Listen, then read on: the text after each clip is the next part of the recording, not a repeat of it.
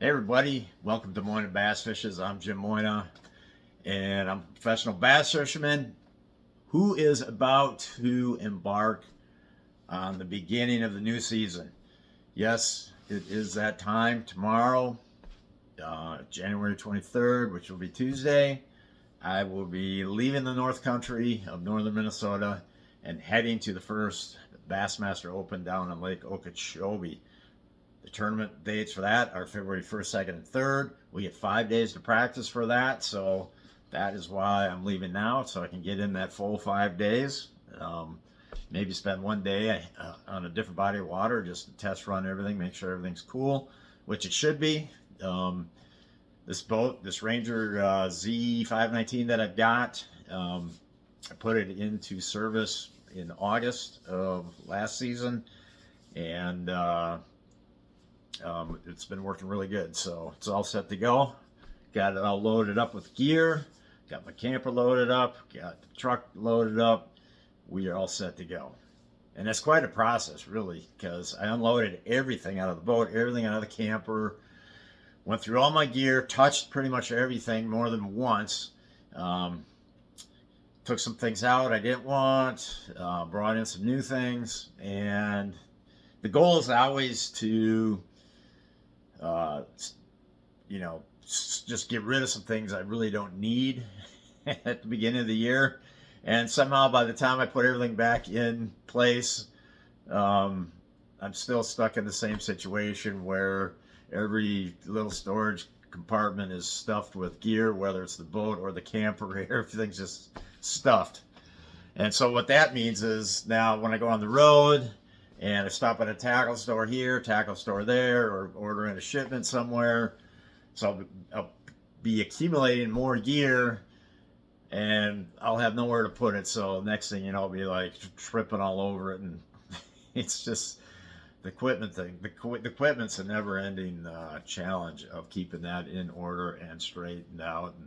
And gosh, I feel like I could go through it all over again and just take out more stuff because I really got too much stuff. I'm not going to use a lot of it, that's for sure.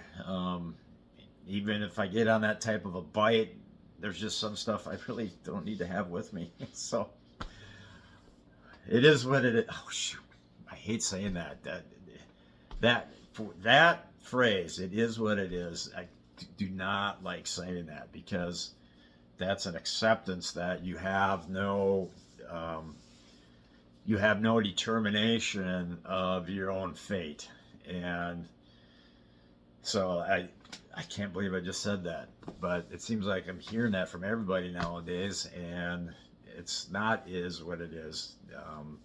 The past, I guess, might be, the past you can't change, but moving forward, I just don't like that phrase.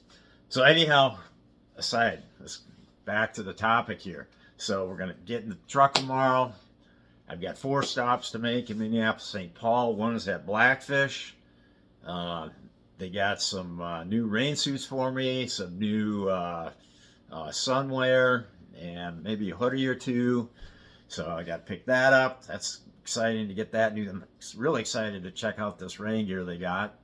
I got 2 different suits. One would be what's called the Rage, and the other one is their brand new one. Dang it, I can't remember what it is. Blackfishgear.com is where you can see all this stuff.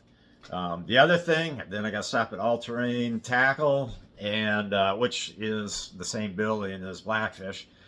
So I ordered up a whole bunch of new jigs from them, and also they got, you know what, they got these really cool pouches that I ordered up some of those, and these pouches are like little waterproof, almost like waterproof Ziploc bags, but like really sturdy. Like they're kind of looks like they're made out of the material that like a heavy duty weigh bag might be made out of. So I'm kind of excited to see the waterproofability of those things, and I'm thinking they're going to be really handy for like putting together a day bag or a day box, And what a day box is um, like, let's say I practice for 5 days, and then I realize, this certain color of swim jig by All Terrain Tackle is really good. Well, then I'll take a whole bunch of extras that I have just stowed away in my camper. I'll pull those out and I can put them in this pouch, and just have those extras in there. So that's kind of what a day bag is. My concept of it is just stuff I can put together for that day or that tournament, and just add that extra. A lot of just backup stuff, hot worm colors or hot worm styles, or some extra chatterbaits that I might feel like I need.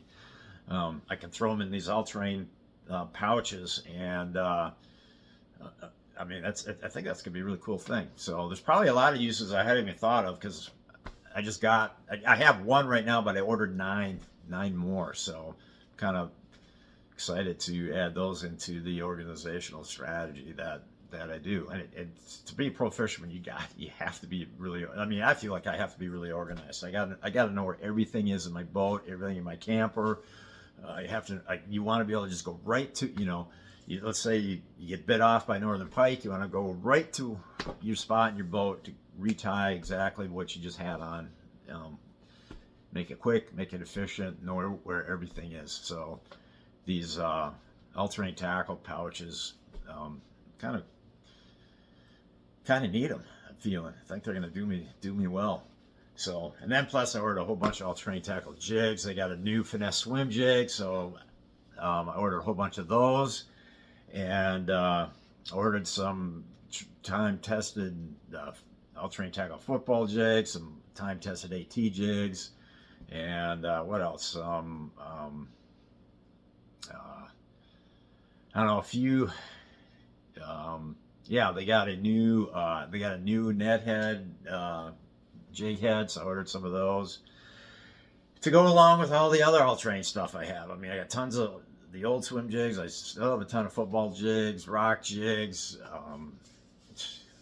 so the Smalley Smasher jig heads, which I've used a lot in the last few years. So I am definitely team all-terrain tackle on that stuff. So those are two stops I got. Then I got to stop at Billy Rub Baits. Bill Frazier, the guy that runs it, he's going to set me up with some stuff that he's been playing around with, and so that's going to be kind of fun to see what he's got. He asked me about some colors that I might be interested in, so I passed on some colors to him. So he's some of that stuff he already had poured, but then there's some stuff he's going to be able to pour. And so I'm going to meet Bill with Billy Rub Baits, and then he's got a new scent for me that he's wants me to try. So I'm going to pick up this scent. He's got a lot of different scents. If you ever, I mean, he's got mayfly scents, earthworm scent, crawfish scent, shiner scent, blueback herring scent, perch scent, bluegill scent. He's got all these different scents. So you can really you can just go hog wild with all the scents he has. So, and I've got most of that stuff. So, and then not only that, in his then he infuses protein right into the plastic baits that he pours. So, if you like scented baits, Billy Rub Baits is a good place to go for that kind of stuff. And he's right here in Minnesota. So I got to stop there. Then I got to stop at the UPS store in Shakopee, and then probably go to the bank, and then I got to go. Last stop would be visiting, just swinging by my cousin's house, cousin Carol, and she is going to apply for a service dog through the VA. She's a veteran on disability, and she's going to apply for a service dog, and apparently she needs some family members or some testimony from people to basically to back her decision and the idea of her getting a service dog. So She's a fabulous pet owner. She's had dogs in the past. Wonderful pet owner. Any pet that's in her care is that pet's gonna be a happy pet. So yeah, so hopefully she can get that. So then after that, then I'm going. I'm heading towards Florida. Hopefully, man, I still have some stuff to do. I mean, I don't have any of my clothes packed. I'm filming this like at 11. It's almost midnight. None of my clothes are packed yet because I seriously been working on my tackle all day. Well, not just today, but the last several days, getting my tackle together and working on just sorting, reorganizing. It's a mess. So we're doing that, and God, what else? Yeah, so Florida, here I come. It's the first one of the It's the first one of the year for me. It's the Bassmaster Open. We got 9 tournaments. This will be the first one. I'm always really nervous at the beginning of the year, especially when I go to Lake Okeechobee. Lake Okeechobee, I've had a real difficult time with that lake over the years. However, probably my last 4 or 5 visits, or at least the last 4 visits, I think I've checked every time. Got to check every time, but you take those last 4 visits out and like the previous 15, because literally I've probably been there like 20 times. So like the previous, 13, 14 visits, whatever, I might have had like 2 or 3 checks in there, which is way below my average. I'm kind of on average overall of like 2 out of 3 times I'm in the money, 3 out of 4 times I'm in the money, somewhere in there. Lake Okeechobee, like 20%, 25% of the time. So really a crapshoot. Really going to that place just makes me nervous every time. But the last 4 times I've been there, things at least I walked out of a check. So hopefully we can make that happen again. But you just never know you just never know. I've had so many good practice days there in the past, and then the tournament comes and your fish are gone, or the wind's blowing and muddied up your grade area where there was all kinds of big ones everywhere. Now on that lake, when you get mud rolling into a spot, just write it off. Go somewhere else. So anyhow, yeah. So that's the first one. Looking forward to it. It'll be nice to get out. I haven't fished much since the last time I was in my boat was maybe November or something, and so I'm ready to get back into it. Although I've really enjoyed my time off, it's been amazingly, just eerily, just quiet here.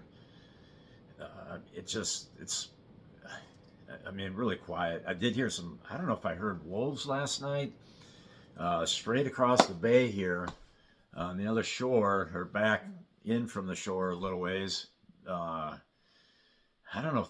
It sounded, I've heard packs of coyotes going at it, and it almost sounded like that, but these, they had a heavier, deeper tone to them, growl or howl.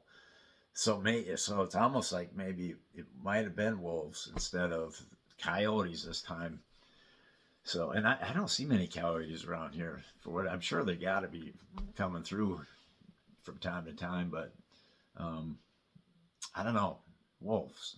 And this is kind of the southern limit of the wolves range here in northern Minnesota. We're kind of on the southern range of it, right where I'm at. So every once in a while, a few times a year, I'll hear one howl or a couple howl. I've spotted a couple over the years. Heard of other people seeing one here and there. So anyhow, what else? Yeah, it's the first tournament's it's a big thing. I feel like I need a good tournament. If there's one thing that's, I hate to admit this,